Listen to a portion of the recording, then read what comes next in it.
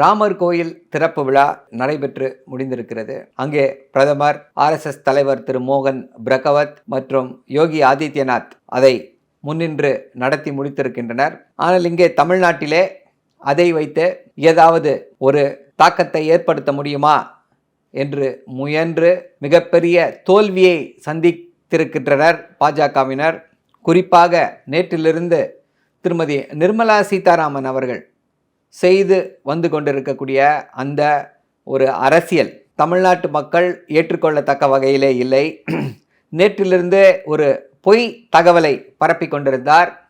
ஒரு கேடுகெட்ட பத்திரிகை எழுதிய ஒரு செய்தியை வைத்துக்கொண்டு தமிழ்நாடு அரசு எல்லாவற்றையுமே அதாவது ராமர் கோயில் திறப்பு விழா அன்று பூஜை புனஸ்காரங்கள், அன்னதானங்கள் மற்றும் அவருடைய பெயர் நாமத்தை உச்சரிப்பதற்கு மறுத்துவிட்டிருக்கிறது என்று ஒரு பொய்யான தகவலை சொல்லி இங்கே ஒரு கலவரத்தை ஏற்படுத்த முடியுமா என்ற நோக்கிலே முயன்று அதிலே படுதோல்வியை சந்தித்திருக்கிறார்கள்.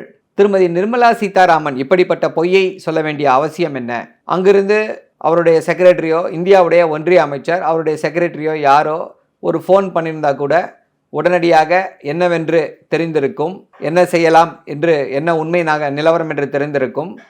அதையெல்லாம் மீறி ஒரு உள்நோக்கத்தோடு அந்த ட்வீட்டை அவர் போட்டிருக்காரு. அதற்கு உடனடியாக திரு சேகர் பாபு, அண்ணன் சேகர் பாபு அவர்களும் அதற்கு மறுதளித்து இது உண்மை நிலை அல்ல, எங்காவது அனுமதி இல்லை என்றால் தயவு செய்து சொல்லுங்கள், அங்கே நாங்கள் அனுமதி கொடுக்க ஏற்பாடு செய்கிறோம் என்றும் சொல்லியிருந்தார்.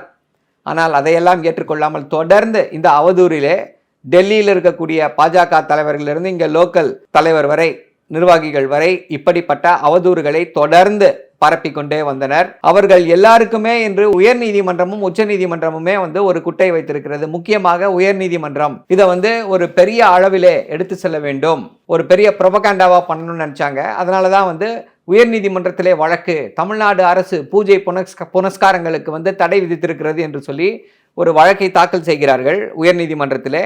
வழக்கை விசாரித்த உயர் நீதிமன்ற நீதிபதி திரு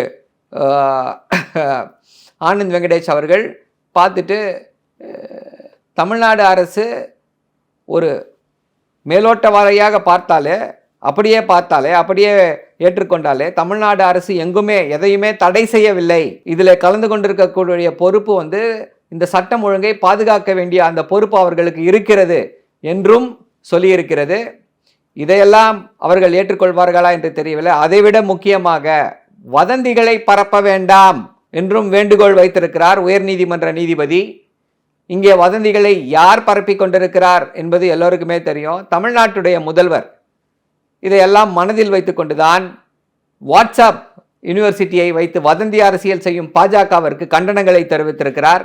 ஆளுநர் ஒரு படி மேலே போய் கோயிலுக்கு போன, கோயிலில் கண்களிலே பயத்தோடு பூசாரிகள் இருந்திருக்கிறார்கள் என்று சொல்லியிருக்கிறார்.